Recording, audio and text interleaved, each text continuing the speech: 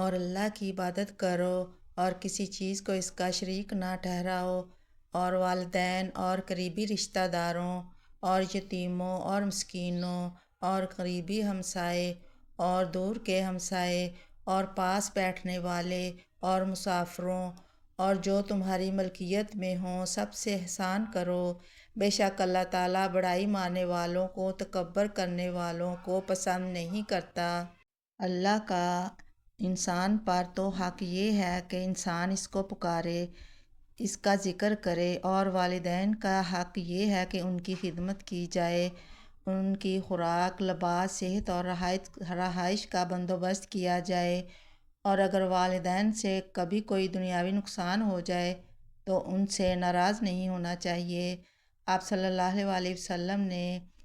اچھا سلوک کرنے کے بارے میں والدین کے ساتھ بڑی تاکید فرمائی ہے۔